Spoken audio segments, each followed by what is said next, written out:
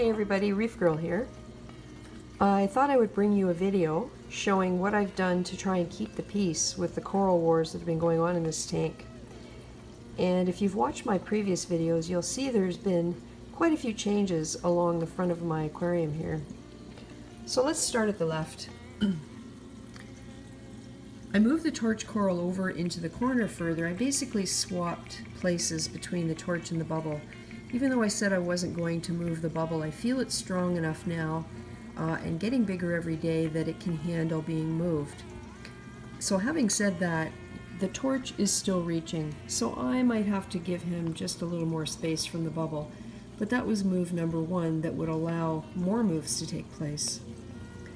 I then put the Goniopora, the bubble, and the Cherry Blasto all together in a little group because none of them are going to try and kill each other. I have seen small tentacles out on the bubble looking for prey, but I don't think it's big enough yet to really be a threat.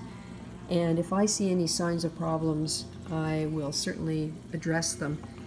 Not only that, but the Goniopora, the side that's facing out is the side that was not destroyed by the Lobophilia attack. And so even if the bubble did touch it, it would only be reaching dead tissue. So that was another move. The next thing I did was switch spots between the Pectinia and the Elegance. So the Elegance is now out front in the center. It closes up completely at night, so it's no threat after hours, and there's nothing near it that can sting it in turn. We'll see how big it gets because it's in a higher flow area than it was, and these things do like low flow. So my only concern here is the right-hand edge might be getting beat up a little bit too much, but I guess we'll see how it responds over the next few days. I moved the Blastomussa, the vortex, away from it a little bit, but I have to be sensitive to how close it is to that watermelon Favia because the Favia also has tentacles, but I don't know whether they actually sting anything or if they're just for feeding. I moved the Lobophilia right into this front corner. It's as close to the glass as I can get it to still clean the glass with my mag float or my other small magnet cleaner. And it's far enough away that it's not really going to be able to touch anything. And then lastly, the Pectinia is in the back corner. Now it's not banished to the back corner because that's actually quite a high visibility spot in my overall rockscape. But someone had commented, and the research that I did backed that up, that it might need a shadier spot for me to regain the color that it has lost over the last few months. I was looking at some old videos and it was quite a bit brighter when I first put it in this tank, and I have a feeling being right in the middle under the direct light from my AI Prime, and basically this is the spot where it shines directly down. And although it was on the bottom of the aquarium, it's still pretty bright down there. So you can see there's lots of light that comes through here.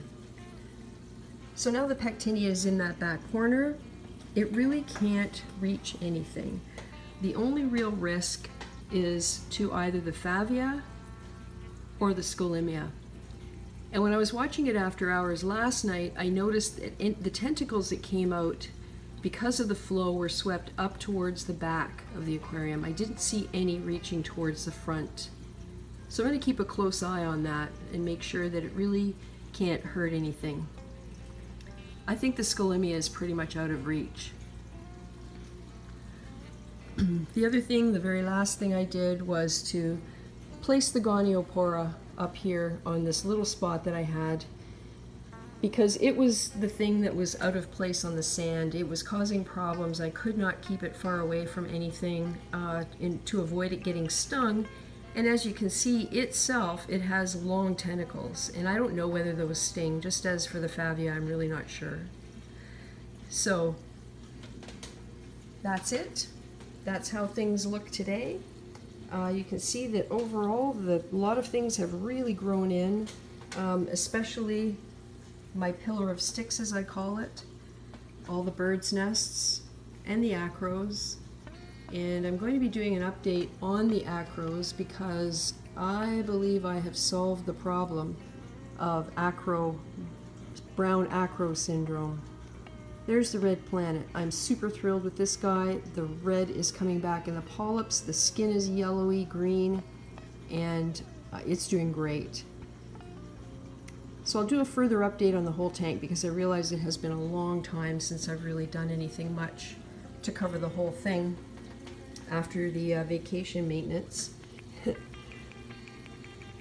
So I hope you enjoyed this little look at what I've done to create peace in the Coral Wars, and I suppose over the next few days I'll find out whether it's been effective, and I'm hoping it has, because as someone commented, it would be a shame to lose any corals to this kind of thing, because that's my own lack of knowledge and attention, trying to jam all these guys in here together, and I really don't want these animals to suffer because of that.